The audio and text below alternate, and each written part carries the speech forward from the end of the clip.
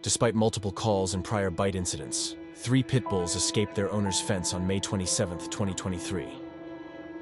Neighbors were then left asking local authorities, why wasn't anything done about these aggressive dogs before this happened? An 81-year-old man is dead and a woman fighting for her life at University Hospital after being mauled by a pack of dogs on the west side. The animals are responsible for not only her critical injuries, but also the injuries of multiple people, including a firefighter. News 4 San Antonio's Amanda Henderson joins us now with what neighbors are saying. Amanda? Jonathan, you can imagine they're devastated and they're stunned. Like you said, that woman is fighting for her life right behind me here at University Hospital. Those dogs responsible for the attack today, they're being put down tonight, and their owners face multiple charges according to officials. And as you mentioned, neighbors say that this isn't the first time these dogs have been aggressive towards them. And while we do have video of the attack, we are not airing any portion of it, that it is graphic out of respect for the people involved. Neighbors in this West Side neighborhood are left terrified after a fatal dog attack. What's it going to take next? We have a lot of elderly people and dogs and kids walk our neighborhoods all the time, and just for them to get bit for doing nothing. Deborah Flores lives the street over from where at least 2 dogs killed an 81-year-old man and injured 3 others. Officials say the dogs broke out of a front gate. Flores says those same dogs are seen here on her surveillance camera about a month ago. City officials confirm at least 2 of the dogs were involved in that case in January and in another case in September 2021. Their dogs used to jump my fence from the back alley, and I had told them, like, hey, your dogs are jumping my fence, and he would say, oh, I'm sorry. Shannon Sims with Animal Care Services says there have been calls about the dogs over the past 2 years, and he explains why they weren't removed. Those bites were mild. So those animals finished their state-required quarantine, and the owner paid reclaim fees, and by state law, we were required to return those animals. The West Side neighborhood is in Terry Castillo's district. The District 5 councilwoman says tragedies like this serve as a reminder that we must adequately invest in animal care services. Some neighbors say they can't afford to wait. I want to do something, change the laws so that these types of animals have some type of restrictions. Sylvia Hernandez says she's previously called 311 or 911 because of the dogs. She adds her son has also previously been attacked by the dogs. I don't know what. If you see the video I have, it was terrible being there and not being able to do anything. One thing everyone in this neighborhood wants is accountability. Just take responsibility. Take responsibility. Your dog's killed somebody, and the other lady I heard is in critical condition. And again, she is fighting for her life tonight inside University Hospital. And as we understand it, there is a team in that West Side neighborhood of city officials that will provide counseling and other services as needed. And they're also going to go through the 311 and 911 calls that were made in that West Side neighborhood that relate to those animals. After the deadly dog attack on an 81-year-old San Antonio man, nearby neighbors don't want these kind of dogs in the city. And somehow they came in here and they killed our bunnies. George, who wished to remain anonymous, does not want anything to do with those breed of dogs, but a local state representative believes it falls on the dog owners.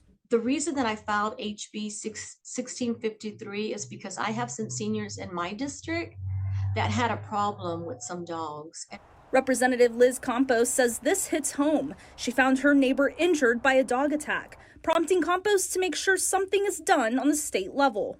My bill is going back to the owners, holding them accountable. I think we need to maybe increase the penalty, especially if there's a record of your dogs, being mischievous and being loose and attacking people, because obviously there's been a lot going on in that neighborhood. The Friday attack left a 74-year-old woman injured, as well as injuring 3 other people, including an SAFD captain. 31-year-old Christian Alexander Moreno is the owner of 2 dogs. He has been arrested. According to the affidavit released late this afternoon, Moreno's dogs have attacked other people in the neighborhood before. All 3 dogs have since been euthanized.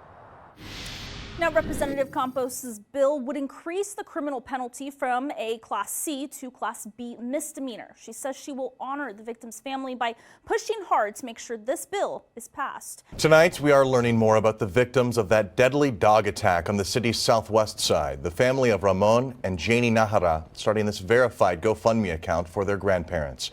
81-year-old Ramon, described as a San Antonio native and U.S. Air Force veteran, was killed last Friday after being attacked by dogs that got loose from their yard. 74-year-old Janie was gravely injured but survived. Our cameras were there today as family members remembered their loved ones. Neighbors say this attack could have been prevented. News 4 troubleshooter Jordan Elder combed through the calls for service in this area, and she joins us with those findings. Family members were visibly emotional today as they set up this memorial for their father and grandfather killed in a dog attack on Friday. Neighbors in the area tell us they've been calling the city about this for months and even years. City records back that up. It's really frustrating, and that this man had to pay his life for that, on account of the city not taking action.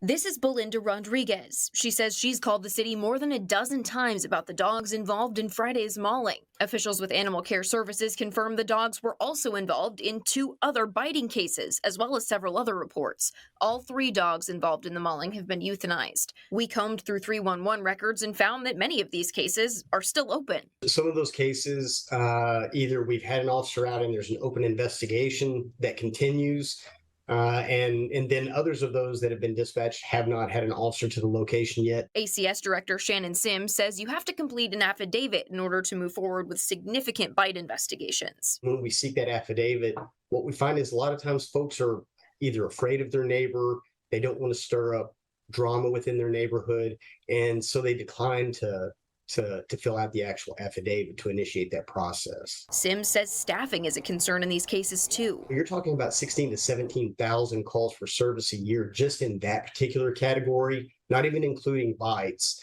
And we have, roughly 40 officers to include our investigators to knock out 87,000 calls for service in a year. We did the math for you. That would mean each officer would have to answer more than 6 calls every day plus paperwork, and that is including weekends. First and foremost, the most important part is to the family, to say that we're sorry. It was heartbreaking to see the whole incident go down. It was traumatizing to me and my husband. I know my husband especially, but it wasn't nothing we ever intended to ever happen to anybody. We're sorry. We're greatly sorry, and we have done everything we can to prevent anything like this from ever happening to anybody. My dogs they weren't aggressive dogs. They weren't mean. My husband isn't this monster that everybody's making him out to be. He's a great father. He's a great husband. He loves his dogs. We all did, but we never knew that neutering them would do this to them. And we have new information this morning on the investigation into that deadly dog attack on Friday. Police have announced they have made a second arrest in the case. Abilene Schneider, who spoke with us earlier this week, the wife of Christian Moreno, who is already in jail on the same charges, was arrested and charged with 1 count of an attack by a dangerous dog resulting in death and injury to an elderly person. Police say she was arrested on new evidence establishing she shared ownership of the dogs. 81-year-old Ramon Najera died in that dog attack. His wife, along with 2 other men, were also injured. Third person has been arrested in connection with the deadly dog attack on the west side last month. Destiny Marie Cardona was arrested for retaliation against a witness to the attack, according to police records. Cardona is the sister to Abilene Schneider. The victim told police Cardona has threatened them multiple times after they talked to police on the day of the deadly attack. Today marks 2 weeks since 81-year-old Ramon Najera was killed in that dog attack on the southwest side. His wife and 2 others injured. Now we've learned his funeral arrangements have been finalized. The community has really rallied around this family, so much so they've stopped accepting donations on their GoFundMe page. They made that call after receiving more than $25,000. In a new post, the family says they are taking care of their grandmother, his wife, who wants everyone to know she is grateful for the continued support. Her late husband will be buried at Fort Sam Houston National Cemetery next Thursday. The U.S. Air Force veteran is survived by his wife, their grandchildren, their children, and 14 great-grandchildren. A new bill has been filed to deal with dangerous dogs, specifically to hold dog owners, even animal control, accountable. News 4 San Antonio's Chelsea Torres talked to the state representative who filed the bill and how it could affect any potential victims of dog attacks. Just don't forget, it's painful. For 50 years, Janie, who doesn't want to show her face, has walked everywhere. But 5 years ago, a vicious dog attack would traumatize her. When he dropped me to the ground where my feet went up, he grabbed my leg and he took a good hunk bite and he stayed there. He wouldn't let go. Janie says the dog, a pit bull, bit to the bone. That was just one incident. A year ago, Janie faced another dangerous dog near her home. No open wounds, but says she's scared walking the neighborhood. You're always cautious every time there's a loose dog. Janie's experience in the deadly dog attack killing 81-year-old Ramon Najera has prompted one local representative to take action. This week, Representative Liz Campos filed another bill holding dog owners and animal care services accountable in dog attacks. ACS, they need to do a little bit more, and if they know of an aggressive dog, they need to report it immediately. They need to make sure that the owners know that it's a serious offense, and we need to put it out there. In Campos's proposed House Bill 4759, if a dangerous dog is reported, ACS must investigate without a victim's affidavit. There's also a new description of dangerous dog involving unprovoked attacks. And if a dog owner has history with dangerous dogs, their criminal offense is now a third-degree felony. How confident are you in that this bill can actually get passed? Well, I already started working on it this past week and talking to different legislators, and it's just a matter of really working it hard and sharing the story, which I'm going to share. Representative Campos is encouraging anyone to reach out to her that has been in a similar situation with a dangerous dog. She's hoping to gather people to testify in front of the committee and hoping of getting this bill passed. San Antonio city leaders want to crack down on dangerous dog owners. It's long overdue, but people that have these dogs, they need to have strict rules and regulations. Doris Mixon-Smith survived a dog attack 6 years ago. She lost part of her arm and suffered facial injuries. And when I looked up, here come this dog after me, and I hollered, "God, please help." Next time I woke up, it was 7 days later.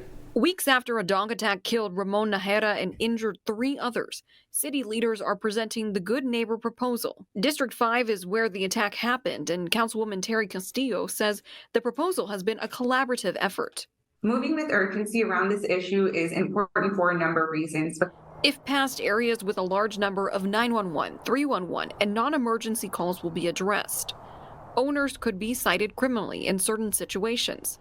ACS is also working with municipal courts to resolve dangerous dog cases. Reading of the proposed ordinance is that the city of San Antonio would be operating within state law. We are essentially creating a program that's going to allow the sharing of information. The proposal also mentions city staff have worked with state legislators to enhance dangerous dog enforcement. One of those is authored by State Senator Jose Menendez. The ordinance would lock up dangerous dogs and give protection to those who file paperwork. In this particular case, people have received threats from the people involved. And so we don't want people to not report because they fear for their lives. Mixon-Smith says she'd like to hear more on how the proposal will be enforced. Until then, she will be there for anyone impacted by a dog attack. If God had been ready for me to go, then I would have gone. He had a purpose to leave me here. Councilwoman Castillo tells me that they're set to vote on April 5th, and at that time, if it passes, it would immediately go into effect. In the last 2 months, Animal Care Services says it has deemed an additional 54 dogs as dangerous. Now, to put that into perspective, that's almost half of all dogs with that designation who are being monitored.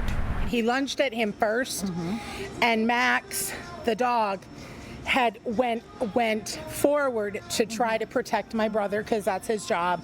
And then all of a sudden the dog, the pit bull, latched on to my Max. Tina McCarty says she wishes her neighbors would have filed one of those dangerous dog reports and affidavits against one of the dogs in her complex before it attacked her brother and dog. Animal Care Services says reporting dangerous dogs is just the first step to make sure these animals don't cause harm. Dangerous designations are lifelong, meaning that every single year of an animal's life, the pet owner is required to provide proof of compliance. Some of the requirements to meet that compliance include keeping the dog in a secure enclosure, keeping the dog muzzled when outside, and having a special identification collar on the dog. The next step was to attack a child. After the attack, her brother filed the dangerous dog complaint and affidavit. The pit bull was euthanized. Animal Care Services says filing these reports can prevent similar attacks. This has been a huge undertaking from ACS that's been accomplished by reassigning 2 supervisors to focus on the task of following up on non-compliant owners.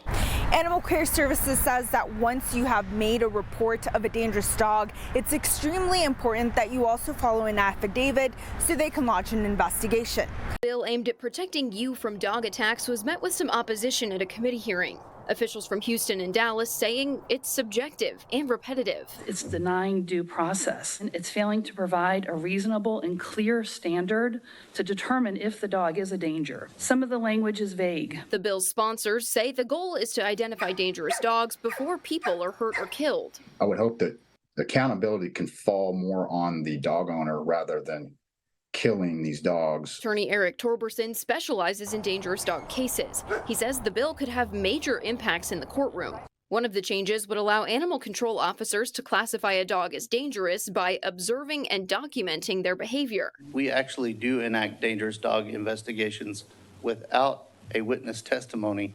We would use the officer's testimony, which it sounds like there was an argument in San Antonio about who was supposed to do the affidavit. State law says that any witnesses can file an affidavit and the animal control entity will investigate. That includes officers. San Antonio's municipal code says something similar, though ACS officials tell me it's much more common for victims and neighbors to witness dangerous behavior than it is for their staff. The agency is still working with the state to iron out this bill and others. One change Torberson will be watching is the anonymous affidavits. I'm assuming that the witness would still have to testify. That would be crazy if they were not even required to testify and they could file anonymously. That would not work at all. The bill will stay in committee for now, and Houston officials say they're happy to help shape it into something that works statewide. Torberson says he understands the urgency behind this bill, especially after the dog attack in San Antonio, but he urges lawmakers to take their time and make sure the end result of this is something that works for all communities in Texas. New this morning, Texas Governor Greg Abbott has vetoed a dangerous dog bill introduced after the mauling of an elderly man in San Antonio. Well, this is a story that we have been following for months now. 81-year-old Ramon Najera and his wife attacked by 3 dogs in February. Firefighters had to use pickaxes to try and get the dogs away from the couple. Fox San Antonio's Jordan Elder is live now with why Governor Abbott says the bill was shot down. That's right. Governor Abbott wrote in a veto proclamation that Texas's dangerous dog laws are already strong enough and that the justice system needs to be able to do its job. So in that proclamation, Abbott points out there have already been felony arrests made in this San Antonio case. The dog's 2 owners now charged with injury to an elderly person and a dangerous dog attack resulting in death. All of the dogs involved in that attack have been euthanized. Abbott says, quote, "The justice system should be allowed to work without the overcriminalization found in this bill." Now, it would have increased penalties for owners after a dog attack and allowed animal control agencies to start investigations into dangerous dogs without a victim affidavit filed. Najera's family members were polling for this bill. This is his grandson speaking about it in a committee hearing back in April. I do believe that had this bill been enacted prior to this event or many other events that I've heard of over these past couple months, is that he would be alive today. The city of San Antonio's Animal Care Services was also in support of the bill. A spokesperson told us last month that it would help them hold pet owners accountable. Abbott ended the proclamation by saying he does want to work with Representative Campos, who filed the bill from San Antonio, about other ways to potentially prevent dog attacks before they happen. For the second time this year, a victim has died after being attacked by dogs. And tonight we continue our investigation into why such attacks are happening across the city. In February, 81-year-old Ramon Najera was mauled to death on the southwest side. It led to policy changes at the city level, higher penalties for people whose dogs are involved in attacks. But on September 5th, it happened again. 2 dogs escaped their backyard on Heidelberg Street, one of them severely injuring 47-year-old Paul Anthony Striegel Jr. His abdomen and both of his arms were mangled in the attack. Police are still investigating the tragedy, but News 4 has learned that Striegel passed away over the weekend. The News 4 I-Team's Jordan Elder has been asking city officials for months what can be done to protect you from dangerous dog attacks. She joins us with the changes Striegel's loved ones are calling for tonight. Striegel's roommate tells us it's hard to decide what justice truly looks like in this case. The dog involved in the attack has been euthanized and the owner was given 3 criminal citations. But he says the dangerous dog problem is still going on in his neighborhood. This weekend, Chuck Sutton lost a son-in-law, a roommate, a motorcycle riding mate, and a friend. 47-year-old Paul Anthony Striegel Jr. died after a brutal dog attack right here in their yard. I was the first on the scene to see the injuries. I'll never be able to get that out of my... An image that still haunts him nearly a month later. To be taken out in such a way, it's heart-wrenching, it's gut-wrenching. Sutton called police after their neighbor's dogs crawled under the fence and attacked Striegel. The injuries, some of the worst he's ever seen. Now, Sutton is grieving and still caring for Homie, Striegel's own beloved dog. He still misses him. He walks into his room, looks for him. Even though ACS handed his neighbor 3 criminal citations, dogs continue to get loose on Heidelberg Street. And I stood here one morning, I couldn't get out my gate. There was 4 or 5 dogs here growling and barking at me. So this is an ongoing issue then? Yes. There are several reports of aggressive dogs in this area, but ACS tells us they were not about the dog involved in this attack. Now, Sutton doesn't go anywhere without his gun, pleading for the city and the state to take more decisive action before someone else gets hurt. If maybe I'd walked out just a little earlier. Now, you might remember there was legislation filed this year hoping to increase the penalties for dog owners and make it easier to investigate these cases. However, Governor Greg Abbott vetoed that bill in June. We spoke with Representative Liz Campos, and she tells us she's trying to work with the governor on how they can include that dangerous dog legislation in the upcoming special session. His office has committed to working with me. Hasn't given me a definite answer, but they realize that there's an issue. I'm going to file it this next coming week when we return. That was Jordan Elder reporting, and according to SAPD and Animal Care Services, they say 3 criminal citations against the owner will be handled in municipal court. No further charges are expected. They said, quote, "This tragic case highlights the importance of daily responsible pet ownership. We are asking local pet owners to do their part by checking fences and gates regularly and keeping them in good repair." Developing right now, a delivery driver is in serious condition after being attacked by a dog on the southwest side. Police say the 22-year-old driver was delivering a package from Amazon to a home on McNarney Street when an American Staffordshire jumped over the fence and pounced on him, attacking his face. Animal Care Services took the dog away for quarantine. Right now, no charges are filed against the dog's owner. An Amazon spokesperson released this statement to us, quote, "This is a horrible incident and we're grateful the driver was able to call for help and quickly receive medical attention. We're in contact with the delivery partner to make sure the driver has all the support needed as he recovers." Trey Rodriguez shows us his bandages and more than 20 stitches. The 22-year-old says they're stark reminders of the horror he lived through yesterday morning.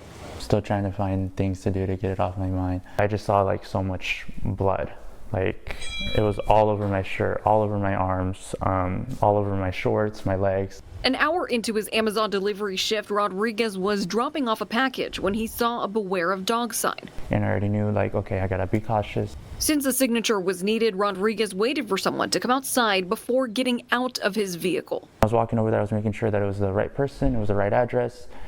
And then as I'm looking up, I just see a dog just already like lunging over. Each minute after, he calls a fight for survival. Rodriguez shared these photos showing the aftermath of the brutal dog attack. I'm sure there were so many thoughts just running through your mind. I really felt like I was gonna die. It looked like he was literally trying to kill me. This is the latest dog attack San Antonio has seen so far this year, several resulting in devastating injuries, one claiming the life of 81-year-old Ramon Najera. Animal Care Services Director Shannon Sims says when this happened, they immediately looked into the animal. Right now, just based on the 311 data that ACS has, we don't see an established history. Sims says the owner surrendered the dog to ACS and it was put down. He explains even without an incident history, controlling your pet is your duty. If it bites someone, we are ultimately going to hold you responsible because you are the responsible party in the eyes of the law. So what kind of justice would you like to see moving forward so that no one ever has to experience this? The justice that I really want is for homeowners to be better about certain dogs like this, or even any dog. They need to be better. Be treating your dogs better. Be making sure that they're not going to attack somebody. Rodriguez says he does plan to return to work when he's able to do so. Amazon is covering the cost of his stitches and medicines, but not the upcoming plastic surgery he says he needs. And because he's a contracted driver, he doesn't have insurance through Amazon. So his family started a GoFundMe. You can find that link on our website.